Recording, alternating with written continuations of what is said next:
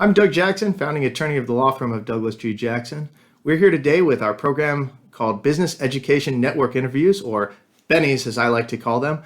We realize to run your business, you don't just need a team of employees or even a team of attorneys. You need a team of professionals that can help your business grow. So in these interviews, these BENIs, we interview professionals to inform you on things that can help your business grow. We're changing it up a little bit today because we're in the wake of Hurricane Ian. The timing couldn't have been better because our guest today is in commercial insurance. And no matter where you were hit in Florida, you probably lost at least a couple days of work, if not more. So this is perfect timing to bring on Michael Clayton of Reliant Insurance. Thank you for joining us today, Michael. Yeah, thank you for having me. All right, so Michael, first, before we move into the Hurricane Ian issues, tell us a little bit about yourself and Reliant Insurance so our viewers can have a little better understanding. Yeah, for sure. So Reliant Insurance, we are a full service properties and casualties agency. So that being said, we do commercial insurance and then we do everything what we call personal lines, or what the consumer pretty much calls like residential insurance. So their homeowners, their flood, auto. We've been in business a little over a year, so we are a newer agency, but the agents as a whole, we have about 20 years experience in the field. So we know what we're doing over here. Lately, we've kind of shifted our focus more to the commercial product, just because on the personal line side, you got to have a lot more back-end support. And right now, we're a team of 3, so we can handle that on the commercial side. But if we were a big agency and had all these homeowners, we'd be filing mad claims, and that'd be taking up all of our time right now. I can only imagine. I mean, Hurricane Ian, we all know about. Fort Myers, Lee County got absolutely pounded, and they're going to be, I think, probably having years of rebuilding. Businesses are probably completely going to be shuttered.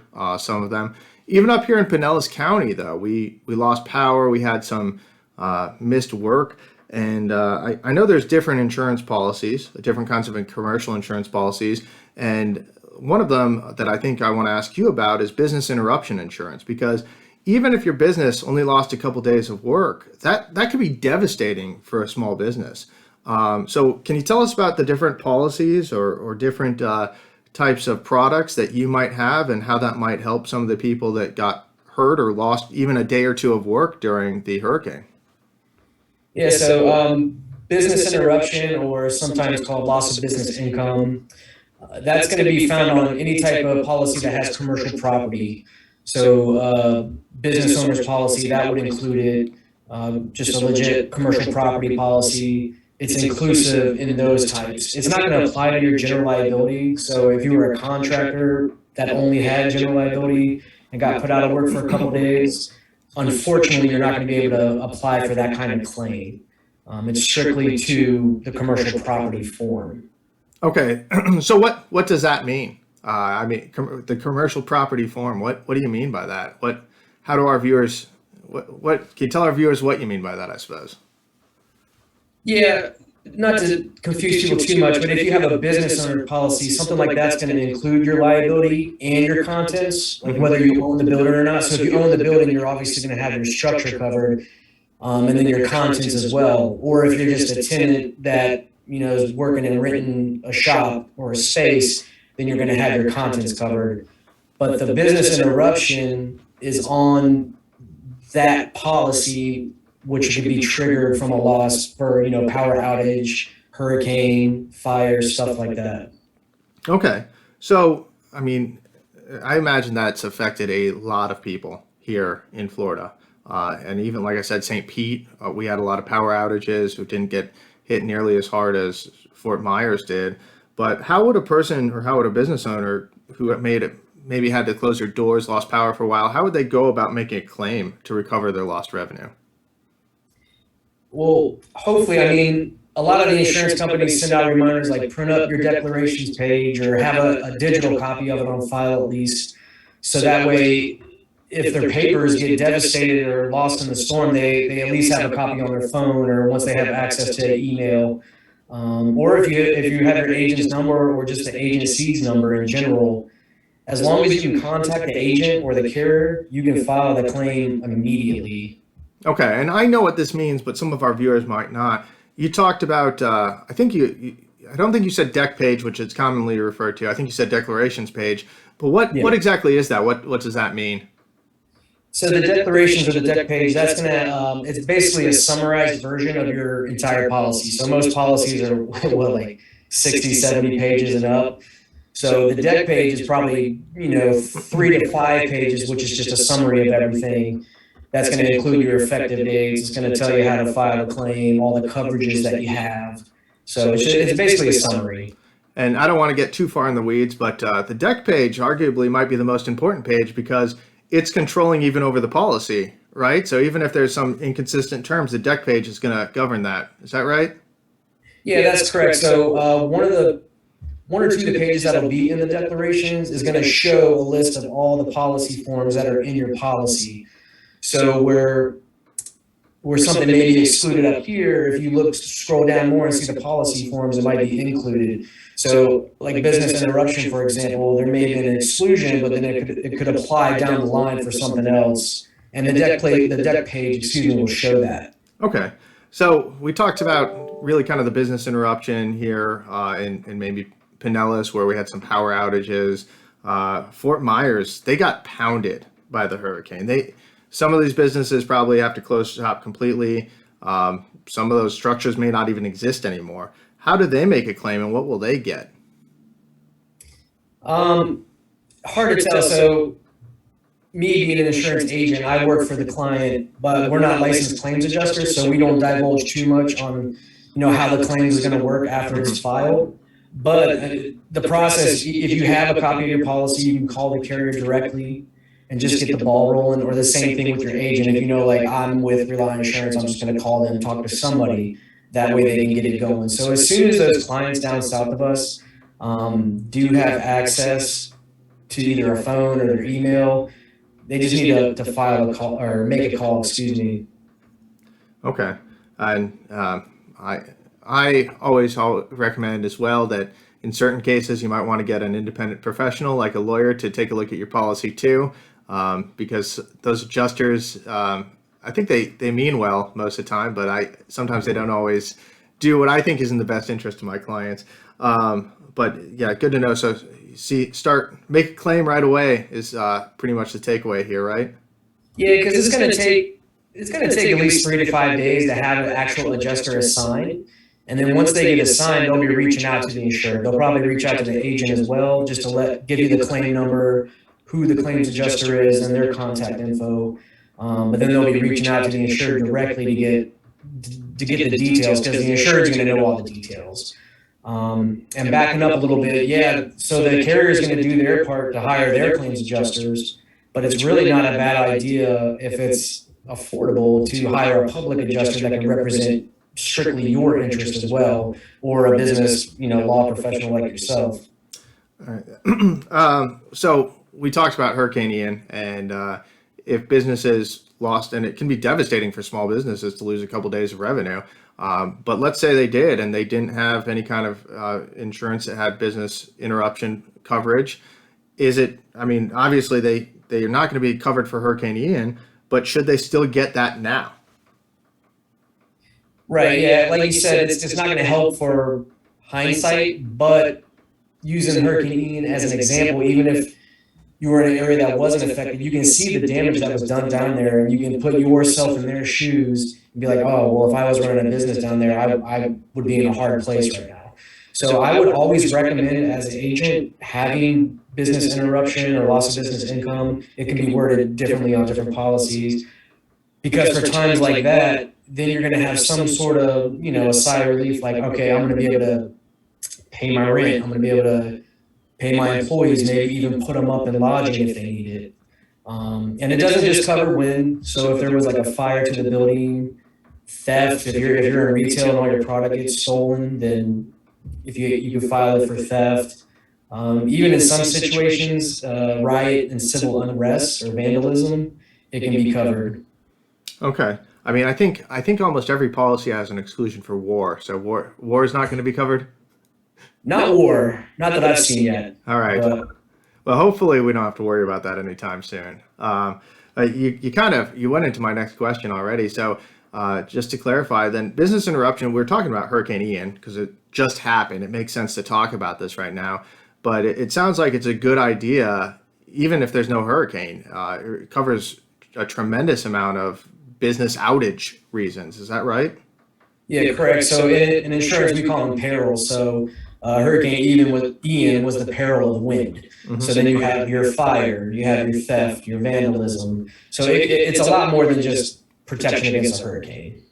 Okay, so small business owners are always worried about cost, understandably. They're trying to bootstrap a lot. The bigger businesses, they're still worried about cost too, but not in the same way.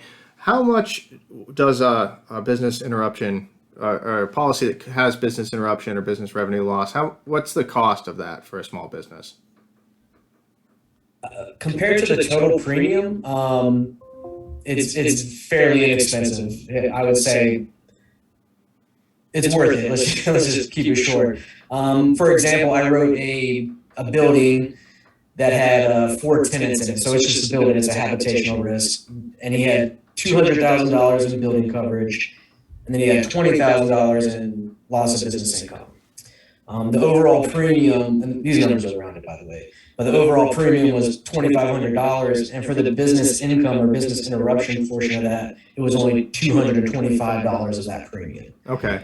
And what are the terms when we're talking about the premiums? I think that matters to our viewers. How long is the term? I mean, you said $2,500. Is that monthly, 6 months, a year? So in that example, that's the annual premium. That's the yearly premium. Okay, so I mean, and you break that into 12 months, that doesn't seem nearly as bad. No, not at all. And a lot of carriers, they offer their own payment plans. And on the commercial side, if they don't, we can do outside financing where you can still pay it monthly. Okay. So in that example, $225 out of the overall premium is nothing to have that kind of peace of mind if your shop were to close and you needed to trigger that loss. Which is a perfect segue into my next question, Michael. What's the cost of not having that kind of policy? Well, it could cost you your whole business, I guess. Yeah,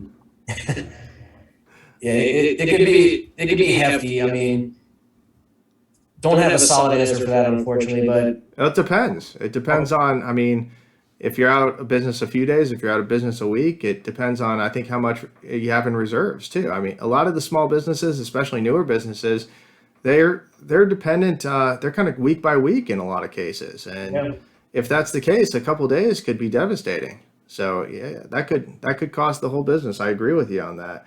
I don't mean to step on your toes there, but being a business lawyer, I do a little bit of this myself, so I've seen it as well.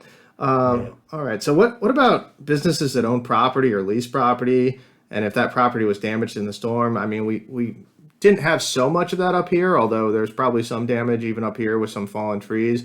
But I mean, let's say you're down in Sarasota, Fort Myers in particular. I imagine there's a lot of damages to buildings down there. So if you're a business, you own the property or lease the property, what options are available? Well, the first thing I would do is I would get in touch with your agent. That way you can go over the terms on your policy. So using myself as an example, I had a tree fall at my house from Hurricane Ian, tore up probably half of my fence. Ooh, sorry to hear that. Yeah, no worries. I appreciate it. Put a small hole in my roof and then messed up the turf we had back there as well. So right now, I'm just trying to gather estimates, trying to gather all the price to fix everything. And if it's higher than my deductible, I'm going to have no choice but to file a claim with my homeowner's carrier. Mm-hmm. Or even the neighbors. It was his tree. But that's a different discussion. But if it's under your deductible, then there might not be need to file a claim if everything can be fixed for less than what your deductible is.